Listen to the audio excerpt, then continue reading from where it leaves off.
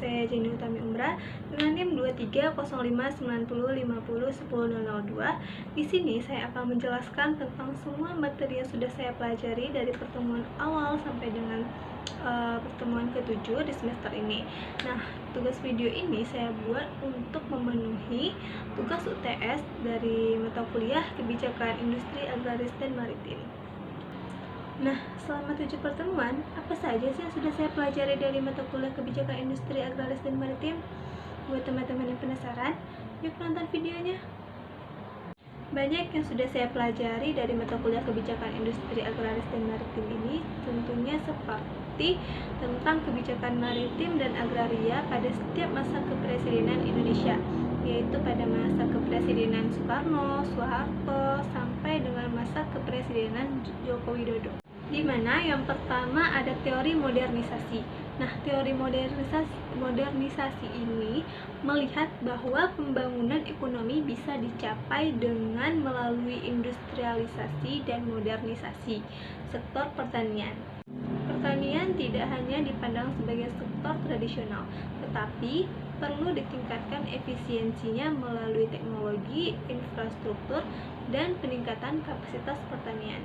Nah, selanjutnya ada contoh penerapannya di Indonesia, di mana pada era tahun 1960 sampai dengan tahun 1980 atau disebut dengan masa revolusi hijau dengan pengenalan bibit unggul dan pupuk kimia.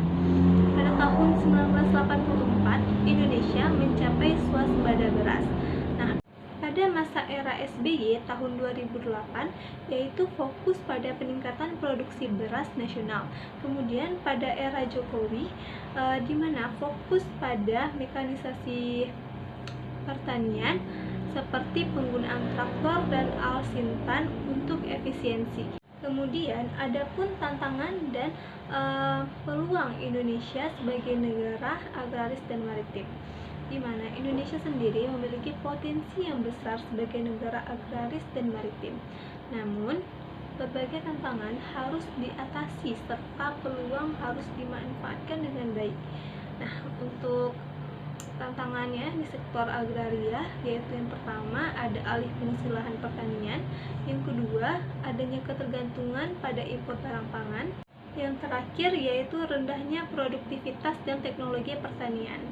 Nah, untuk tantangan di sektor maritim, yang pertama adanya penangkapan ikan berlebihan, kedua kurangnya infrastruktur kelautan. Kemudian, di balik tantangan tersebut ada peluang di sektor agraris dan maritim.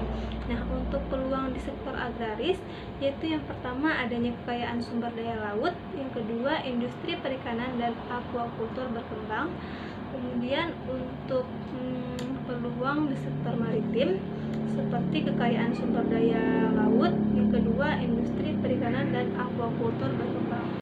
Kemudian di balik semua itu ada strategi pengembangan yang bisa dilakukan, yaitu yang pertama dengan modernisasi teknologi pertanian dan perikanan, yang kedua penguatan kebijakan oleh regulasi, dan yang terakhir adanya penguatan infrastruktur dan akses pasar. Nah, selanjutnya ada teori kebijakan maritim dan bagaimana implementasinya di Indonesia. Yang pertama yaitu ada teori sea power atau disebut dengan MAHAN, di mana teori ini menekankan bahwa kekuatan suatu negara sangat ditentukan oleh dominasinya di laut.